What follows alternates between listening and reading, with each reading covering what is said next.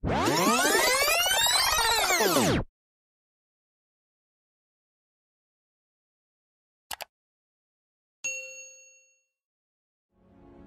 datang di Princeton. Julian sedang mengamati situasi di dalam mobil bersama yang lain. Ada manusia gantung diri, tidak sendiri, tapi bersama yang lain. Seorang wanita yang berada di mobil tersebut teriak histeris. Betapa tidak, mayat-mayat tersebut mati begitu mengenaskan. Julian menyuruh wanita tersebut berhenti berteriak. Dia tidak sanggup melihatnya.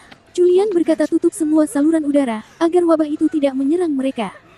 Tetapi wanita itu masih histeris. Tiba-tiba, mobil itu berhenti, dan mendadak tancap gas. Menabrakkan mobil ke pohon. Si supir terlempar keluar mobil dan mati. Lalu Julian keluar, berjalan ke tengah, berharap ditabrak, tapi tidak. Dia duduk, melihat sekitar, dan ada pecahan kaca mobil. Dia mengambilnya dan... Di satu sisi, di jalur yang berbeda, ada keluarga Pak Suami. Tiba-tiba disuruh berhenti. Pak Suami melihat menggunakan teropong. Dia curiga. Benar saja, ada tumpukan mayat di depan jalan. Pak Suami meminta maaf pada istrinya. Mereka masuk mobil dan memutar balik fakta, arah maksudnya. Di persimpangan jalan, mereka bertemu mobil tentara. Tentara tersebut turun dan menghampiri mereka. Dengan tergesa-gesa, tentara tersebut memberitahu bahwa di ujung jalan sudah ada yang terinfeksi dan mati. Mereka juga kehilangan komunikasi dengan yang lain. Tentara tersebut menyarankan agar tidak mengambil arah sana. Pria berjanggut pun memberi informasi bahwa jalan ke belakang juga sudah ditutupi mayat-mayat. Mereka sangat takut dan panik. Tiba-tiba, dari arah utara, datang sebuah mobil. Tentara itu berlari menghampiri mobil tersebut agar berhenti dan memberikan informasi yang mereka dapatkan. Di jalur sebelah barat, ada juga 2 buah mobil datang ke arah mereka. Istri Pak Janggut yang turun untuk memberitahukan mereka apa yang terjadi. Mobil arah utara memiliki cerita yang sama, yaitu bis yang hanyut ke dalam danau. Dan arah barat pun sama. Ada lusinan mayat di sana. Mereka bingung dan putus asa.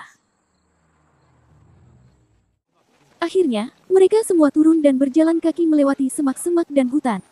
Tiba-tiba, angin berhembus melewati mereka. Secara serentak, mereka semua berhenti. Dan anehnya, tentara tersebut teriak-teriak bahwa dia sayang pada senjatanya. Senjatanya adalah temannya. Teriakan ini membuat yang lain terkejut dan menduga bahwa tentara tersebut sudah terinfeksi.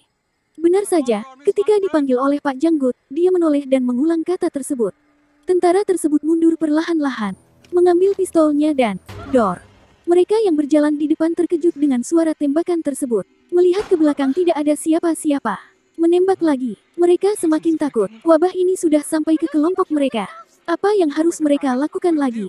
Mereka harus melakukan sesuatu. Pak Suami berpikir bagaimana caranya. Setelah dipikir-pikir, caranya adalah dengan mengikuti arah angin. Angin tersebut akhirnya datang. Mereka pun berlarian dan berpencar. Sangat ketakutan, berlari sekencang mungkin. Mereka berhenti. Angin itu hanya melewati mereka. Kenapa bisa begitu? Mungkin karena kelompok mereka kecil, makanya tidak diserang racun tersebut.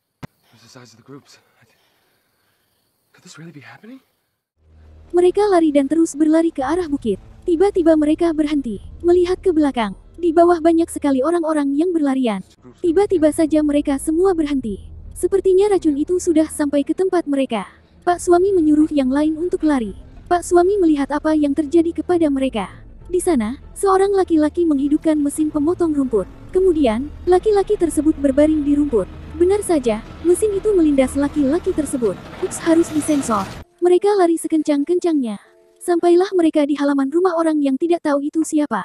Pak Suami mengetuk-ngetuk pintu rumah tersebut, tapi tidak ada jawaban dari pemilik rumah. Dia bertanya kepada istrinya, apakah ini ide yang bagus? Mereka tidak tahu siapa orang yang memiliki rumah tersebut. Sampailah pada suatu ketika,